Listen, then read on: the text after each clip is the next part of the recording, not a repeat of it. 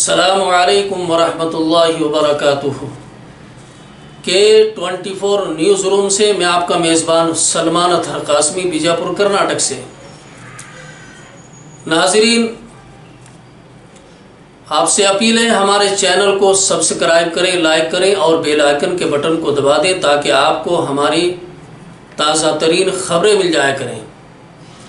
اور ہاں ناظرین، جیسا کہ حسب معمول ہر جمعہ کو شام کے وقت کچھ دینی اپڈیٹ جو ہمارے معاشرے میں ضروری چیزیں ہیں میں آپ کے سامنے لے کر حاضر ہوتا ہوں، حسب معمول آج بھی آپ کے سامنے حاضر ہوا ہوں۔ چند باتیں اللہ اور اللہ کے رسول کی عرض کروں گا، اللہ ہم تمام کو نیک عمل کی توفیق نصیب فرمائے۔ نحمدہ و نصلی علی رسولہ الکریم، اما بعد، قال اللہ تبارک و تعالی بسم اللہ الرحمن الرحیم، احب الیکم من اللہ ورسولہ وجہاد فی سبیلہ فتربصوا حتی یأتی اللہ بامرہ۔ وقال النبی صلی اللہ علیہ وسلم، الدنیا مزرعۃ الآخرہ، او کما قال علیہ الصلاۃ والتسلیم، صدق اللہ مولانا العلی العظیم وصدق رسولہ النبی الکریم، ونحن علی ذلک لمن الشاہدین والشاکرین والحمد للہ رب العالمین۔ ناظرین، آج آپ کے سامنے جو مسلسل کئی جمعہ سے میں ایک آیت کریمہ تلاوت کر رہا ہوں اللہ کے پاک کلام کی، جس کا ترجمہ یہ ہے، احب الیکم من اللہ ورسولہ، کہ جس طرح ہماری محبت خداوند قدوس کے ساتھ ہے اسی طرح سے محمد عربی صلی اللہ علیہ وسلم کے ساتھ ہماری محبت ہونی چاہیے۔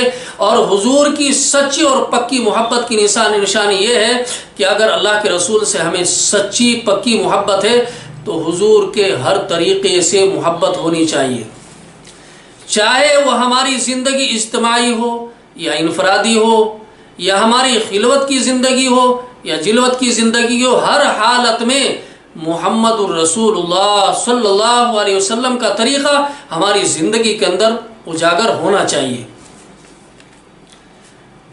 دنیا کے ہر انسان کو، جتنے بھی اغیار ہیں، سب کو یہ معلوم ہونا چاہیے ایمان والا ہے، اس کی زندگی میں محمد رسول اللہ صلی اللہ علیہ وسلم کے طریقے ہیں۔ اور کون سے طریقے؟ یوں فرمایا کہ 4 نمازیں پڑھ لینا، اور اللہ نے کسی کو وسعت دی ہے حج کر لینا، اور زکوٰۃ دے دینا، اللہ نے مال دیا ہے، ان تمام ارکان کا ادا کر لینا، اسے مکمل ایمان نہیں کہتے، بلکہ مکمل ایمان یہ ہے کہ انسان کی زندگی کے اندر اللہ کا ڈر اور خوف اور محمد رسول اللہ کے طریقے اس کی زندگی میں ہونے چاہیے، ایک ایمان والے کی زندگی میں۔ تو حضور کی محبت کے ایک کڑی کو لے کر کے چھوٹی سی ایک بات عرض کرتا ہوں، کون سی؟ کہ سب سے بڑی چیز اللہ کے رسول صلی اللہ علیہ وسلم نے کیا فرمایا؟ الدنیا مزرعۃ الآخرہ، کہ دنیا ہی اصل ہے، آخرت کو بنانے کی زندگی کون سی ہے؟ دنیا ہے، دنیا میں ہم جو کریں گے وہی ہمیں آخرت میں ملے گا۔ تو اس میں ایک چھوٹا سا پہلو کون سا ہے؟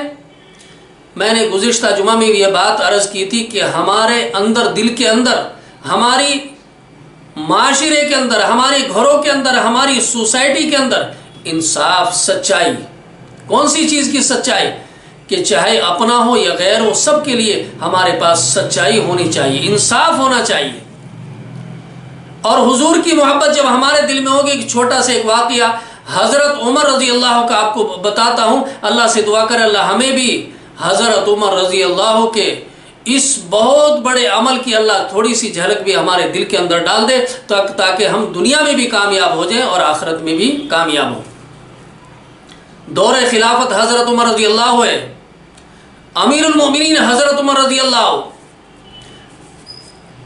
22 لاکھ مربع زمین پر حکومت کرنے والا بادشاہ، جس کے بارے میں یوں آیا کہ جس وقت کوئی فرمان جاری کرتا تھا ممبر رسول اللہ کے اوپر چڑھ کر کے تو دل کانپ جایا کرتے تھے، اور جب آرام کرتے تھے یہ بادشاہ، جب آرام کرتا تھا تو ایک اینٹ کا ٹکڑا لیا، مسجد نبی کے صحن میں سر کے نیچے رکھا اور آرام کر لیا۔ فرمایا کہ دمشق کے اندر گورنر حضرت خالد ابن ولید رضی اللہ، غالباً مجھے یہیں تک یاد ہے، معافی چاہتا ہوں، ہو سکتا ہے کوئی دوسرے اس وقت کے گورنر ہوں، لیکن یہ واقعہ میری نگاہ سے گزرا ہے کہ جس وقت وہاں پر ایک گھوڑوں کی دوڑ ہو رہی تھی، ریس ہو رہی تھی، اس ریس کے اندر گورنر کا بیٹا بھی موجود تھا اور ایک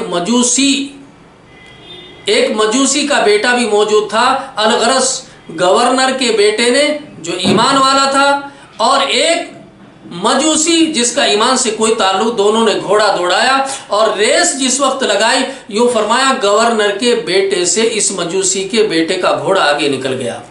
ناظرین سننے کی بات ہے، انصاف کیا چیز ہوتی۔ جیسے آگے نکلا، گورنر کے بیٹے نے فوراً اپنے پاس بلایا اور جو کوڑا ہاتھ میں تھا اس کی کمر پہ مارا اور اسے ذلیل کیا۔ اس مجوسی کو یہ معلوم تھا کہ اس وقت دور خلافت حضرت عمر رضی اللہ کی ہے، اس نے کچھ نہیں کیا، ایڑ لگائی، اسی اپنے گھوڑے کو جس حالت پر بیٹھا تھا سیدھا حضرت عمر رضی اللہ کی طرف گھوڑے کو دوڑا دیا اپنا، اور گھوڑا جس وقت دوڑایا تو سیدھا سفر کرتے ہوئے مسجد نبی میں پہنچ گئے۔ دیکھا کہ حضرت عمر رضی اللہ ایک اینٹ کا ٹکڑا لیے ہوئے سر کے نیچے آرام کر رہے ہیں، اور پاس میں جا کر کے کیا کہا، قد ظلمک یا امیر المؤمنین، اے امیر المؤمنین میرے اوپر ظلم کیا گیا ہے۔ جس وقت ظلم کا نام سنا حضرت عمر رضی اللہ جلال میں کھڑے ہو گئے اور یوں فرمایا بتا تیرے اوپر کیا ظلم کیا گیا ہے؟ تو اس نے کہا کہ مختصر بات کر کے آپ کو بتاتا ہوں۔ اس مجوسی نے کہا کہ ایسے ایسے گھوڑوں کی دمشق میں دوڑ ہوئی تھی، مجھے معلوم تھا یہ گورنر کا بیٹا ہے، لیکن میرے گھوڑے کو معلوم نہیں تھا، ان کے گھوڑے سے میرا گھوڑا آ کے نکل گیا جس کے سلے میں مجھے مارا ہے اور انہوں نے ذلیل بھی کیا۔ اللہ اکبر۔ حضرت عمر رضی اللہ عنہ نے فرمایا کہ اب تو یہیں ٹھہر عمر، جب تک سکون سے زمین پر نہیں بیٹھے گا جب تک تجھے انصاف نہ دلوا دے۔ یوں فرمایا اسی وقت اپنے 2 پولیس والوں کو تیار کیا اور فوراً بھیجا، ایک چیٹی لکھی، ایک پرچہ لکھا جس میں 2 ٹوک بات لکھی کہ فوراً گورنر کو لکھا اور گورنر کے بیٹے کو کہ تم بھی حاضر ہو اور تمہارا بیٹا بھی حاضر ہو جائے۔ الغرض وہ پہنچے اور وقت کے گورنر کو دمشق کے یہاں آنا پڑا۔ جس وقت یہاں آئے تمام صحابہ چاروں طرف ہیں، یوں فرمایا اس سے پوچھا کہ بتا یہ گھوڑا اس مجوسی کا آگے نکلا تھا، تو نے ان کو کوڑے مارے، اس نے سر جھکا لیا۔ اس وقت کے بیٹے جھوٹ نہیں بولا کرتے، گورنر کے بیٹے نے جو ایمان والے تھے سر جھکا لیا۔ حضرت عمر نے فرمایا تو نے اسے ذلیل کیا؟ اس نے سر جھکایا کہ ہاں میں نے اس کے ساتھ برا برتاؤ کیا ہے۔ یوں فرمایا یہی نہیں، حضرت عمر رضی اللہ کے جو الفاظ نے فرمایا گورنر موجود ہیں، گورنر نے اپنا کوڑا ہاتھ میں دیتے ہوئے حضرت عمر رضی اللہ امیر المومنین سے کہا کہ اے حضرت عمر یہ کوڑا ہمارا لو، باپ کا کوڑا، اور اس سے بدلہ لیا جائے۔ اللہ اکبر، کیا انصاف تھا امیر المومنین حضرت عمر رضی اللہ نے فرمایا کہ یہ تمہارا کوڑا دمشق میں سزا دیتا، اب یہ عدالت میری ہے، جسم تمہارے بیٹے کا ہوگا اور کوڑا عمر کا ہوگا۔ حضرت عمر رضی اللہ نے اپنا کوڑا اس مجوسی کے ہاتھ میں دیا اور دیتے ہوئے یوں کہا کہ جس طرح تجھے اس نے مارا ہے تو بھی مار، اور جس طرح تجھے اس نے ذلیل کیا ہے آج تو بھی اسے ذلیل کر۔ الغرض بہت لمبا واقعہ ہے۔ یوں فرمایا مجوسی نے جس وقت کوڑا ہاتھ میں لیا، بجائے مارنے کے اٹھایا، یک زبان سے نکلا، سچ کہا تھا کسی نے کہ اسلام میں انصاف ہے، انصاف کے علاوہ کچھ بھی نہیں ہے۔ یہ بہت لمبا واقعہ ہے ناظرین، اس واقعے سے ہمیں یہ سبق لینا چاہیے اور یہ سوچنا چاہیے کہ آج ہمارے اندر کتنا انصاف ہے۔ ہم اپنی اولاد کے ساتھ کیا انصاف کرتے، اپنے بھائی بہن کے ساتھ کیا انصاف کرتے۔ بھوکے ماں باپ ہمارے تڑپتے رہتے ہیں کہ اولاد ہمارے پاس بیٹھتی نہیں، کھانے کو کھانا نہیں دیتی ہے، فرما بردار، ان کے ساتھ کیا سلوک کر رہے ہیں۔ ضروری ہے کہ اپنے دل کے اندر ہم ایک انصاف کی بات کو پیدا کریں تاکہ کوئی بات ناجائز ہوتے ہوئے دیکھے تو دل کے اندر اس کا دکھ اور درد پیدا ہونا چاہیے۔ اے کاش میرے ہوتے ہوئے ناانصافی ہو رہی، اللہ مجھے ہمت دے دے میں اس کو انصاف دلوا دوں۔ بہرحال انشاءاللہ اگلے جمعہ کو اس سے آگے میں آپ کے سامنے پھر لے کر کے حاضر ہوں گا، تب تک کہ مجھے اجازت دے دیں۔ السلام علیکم ورحمۃ اللہ وبرکاتہ۔